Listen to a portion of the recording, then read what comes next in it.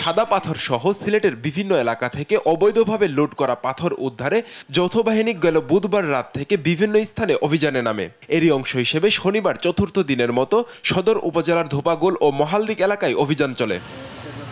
অভিযানে ধোপাগুল এলাকায় প্রায় 1,30,000 ঘনফুট ও মহালদিক এলাকায় আরও প্রায় 1,30,000 ঘনফুট পাথর উদ্ধার করা হয়। ক্রাশার মেশিনের সামনে স্তূপাকারে এসব পাথর ছিল।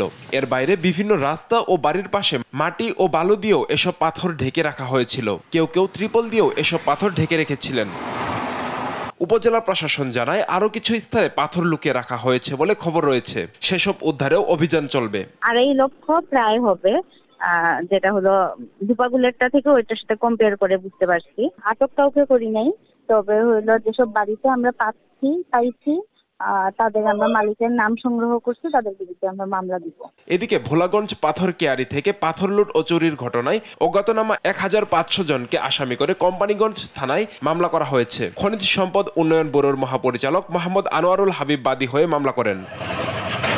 পাথর চুরির মূল হোতাদের এখনো চিহ্নিত করতে না পারে ক্ষোভ জানিয়েছেন সচেতন মহল। সারা দেশে যখন বিষয়টা ভাইরাল হয়েছে তখন দেখা যাচ্ছে যে 2-1 জনকে ধরা হচ্ছে। তাও আমরা যেটা জানছি যে মূল আসামিদের আড়াল করতে ভিন্ন একটি মামলার একজন আসামিকে অ্যারেস্ট করে সেটি প্রচার করা হয়েছে যে আসামি ধরা হয়েছে বা লুটপাটকারী ধরা হয়েছে। সাদা পাথরকে ধ্বংস করার পিছনে একটা বড় চক্র রয়েছে, এদেরকে ধরে দৃষ্টান্তমূলক শাস্তি দেওয়া জরুরি।